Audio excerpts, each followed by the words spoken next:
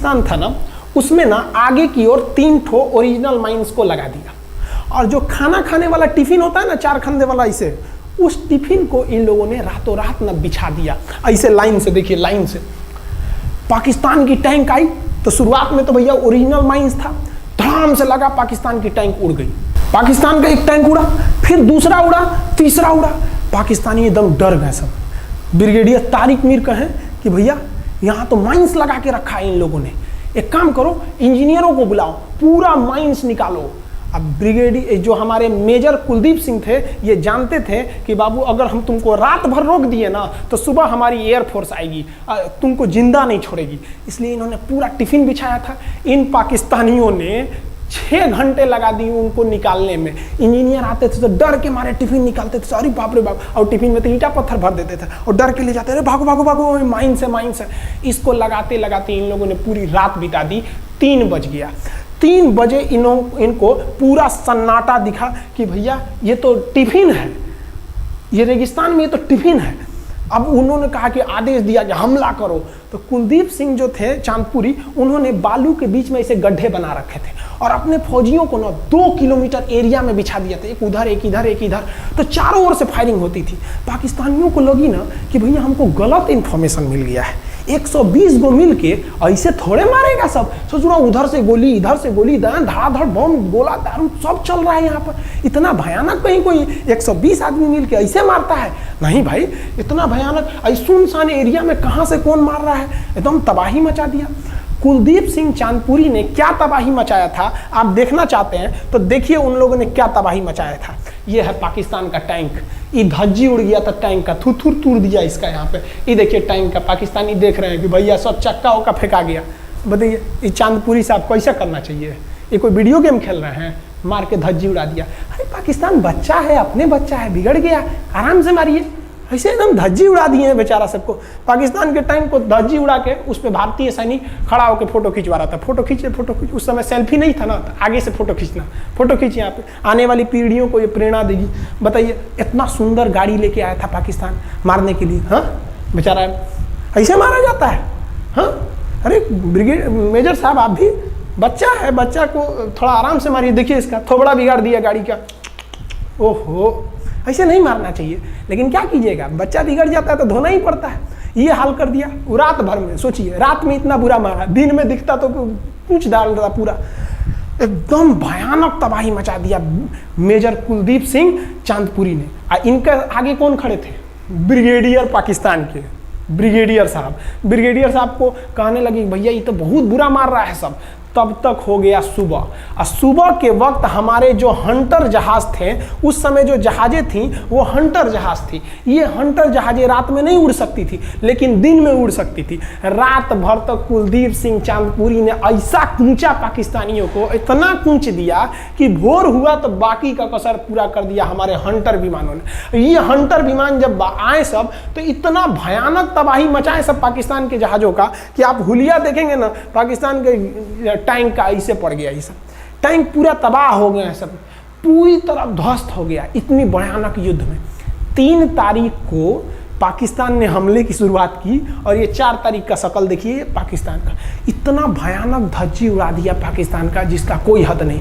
पाकिस्तानियों को दुम दबा के भागना पड़ा। ब्रिगेडियर साहब भागे, कहें कि भाग भैया न तो ये सब जान ले लेगा सब। हम लोगों ने पाकिस्तान के टैंकों को अपने यहाँ रख लिया है म्यूजियम में। आज भी जाके देखिएगा ना तो इन टैंकों को डर के मारे पाकिस्तानी छोड़ के भाग गए कि भागो भाई यहाँ पर। ये 120 जवानों का जलवा था। और पाकिस्तानी कहते हैं कि हिंदुस्तान के लोग क्या लड़ेंगे? अरे भैया हम चीन पे वीडियो बनाए थे, आप पे नहीं बनाए थे, जो आप लोग हम लोग को बोल रहे थे कि पाकिस्तान हिंदुस्तानियों की औकात नहीं। देखिए अभी हम आपको औकात दिखाते हैं आपकी। ये आपका टैंक है, आके ले जाइए, हिम्मत है तो लेके जाके ये दिखाइए यहाँ पर। हाल तो ये हो गया था ना कि हम लोगों ने जो पाकिस्तानियों की जान ली थी ना, डर के मारे वो लाश उठाने नहीं आए थे, लाश को गिद्ध खा गए थे सब। हम लोग बोल रहे थे कि भैया हम गोली नहीं चलाएंगे, लाश लेके चल जाओ। हम नहीं जाएंगे, तुम लोग रेगिस्तान को कब्रिस्तान बना दिए हो। रेगिस्तान को कब्रिस्तान हम लोग हमला करने आए थे, शुरुआत तो तुमने किया था यहाँ पे। तो ये गिद्ध खाए थे सब, सफाई उफाई का काम ये किए थे सब। अब पाकिस्तान हम लोग को धमकी देता है। आज भी वो नहीं सुधरे हैं। आज भी हमने जो चाइना पे वीडियो बनाया था उस पर वो हमको धमकी देता है कि भारत की आर्मी कुछ नहीं कर सकती। अरे भैया आप सोचिएगा भी मत, अभी के समय में तो मत सोचिएगा। जानते हैं क्यों? देख लीजिए इधर, अभी कौन बैठा है भारत में, समझ में आ रहा है? आप लोग तो पहले पाकिस्तान वाले लोग इस बात पर रिसर्च कीजिए कि इनमें ज़्यादा खतरनाक कौन है आपके लिए। हमको तो यही ज़्यादा खतरनाक लगते हैं भाई, समझ में आया आप लोग को? तो अभी देखिए ध्यान से, यहाँ पर पाकिस्तान ने जो हार हुई थी लोंगेवाला में, ये हार में पाकिस्तान की तो कमर टूटी और पाकिस्तान का पूरा मनोबल टूट गया कि ससुरा 120 गो मिल के ऐसे कैसे धो दिया सब, बताइए इतना भयानक धोया जाता है। तो ये शुरुआत तो इन्होंने किया 3 तारीख को, 4 तारीख को हमने धो दिया। अब बचा नेवी कही कि भैया आर्मी को मौका दिए, एयरफोर्स को मौका दिए, रात में आर्मी धोई, सुबह में एयरफोर्स धोई, हम नहीं धोएंगे क्या, हम भी धोएंगे। नेवी कब पहुंची? 5 दिसंबर 1971 को कराची पहुंच गई और कराची में जब पहुंची ना तो कराची को तबाह कर दिया। इतना भयानक बम्बार्डमेंट किया कराची पर कि कई दिन तक कराची बंदरगाह पर आग लगा था और कराची बंदरगाह को तो उन्होंने ऐसा धज्जी उड़ाया जिसे लग रहा था सिंधु सभ्यता बना दिया उनको। तो पाकिस्तान की, पश्चिमी पाकिस्तान का कमर टूट गया। पाकिस्तान वालों ने कहा कि ससुरा सब बोल रहा था सब कि हम इधर डिफेंसिव है, यानी ज़्यादा हमला नहीं करेंगे, ज़्यादा हमला इधर करेंगे। ससुरा इधर कैसे मार रहा होगा सब, अभी इधर भी बताते हैं कैसे मारा सब। ये कराची पहुंच गया, आप देखेंगे क्या हाल किया था सब कराची पे। कराची में जब मारा गया था ना इन पाकिस्तानियों को, तो ये पाकिस्तानी भाग गए थे सब ग्वादर में, ये ग्वादर भाग गए। अभी इनसे ग्वादर भी जाने वाला है, पूरा राज्य चला जाएगा इनसे, बलूचिस्तान। छुप के गए थे लोग ग्वादर बंदरगाह पे। अगर हम झूठ बोल रहे हो तो आप खुद पता कीजिएगा अपने यहाँ के इतिहास में भाई, हिंदुस्तान ये ग्वादर बंदरगाह पे छुप गए थे सब। आप देखिए कराची का क्या हाल हुआ था उस समय, हमारे एयर नेवी ने क्या हाल किया था। पाकिस्तान का जितना जहाज बस मिल जाए कि भैया ये जहाज किसका है, तो भैया जब पता चले कि भैया ये जहाज पाकिस्तान का है, ये हाल हो जा रहा था जहाज का। यहाँ देख लीजिए इनका पूरा ध्वस्त का, भैया ऐसे मारा जाता है।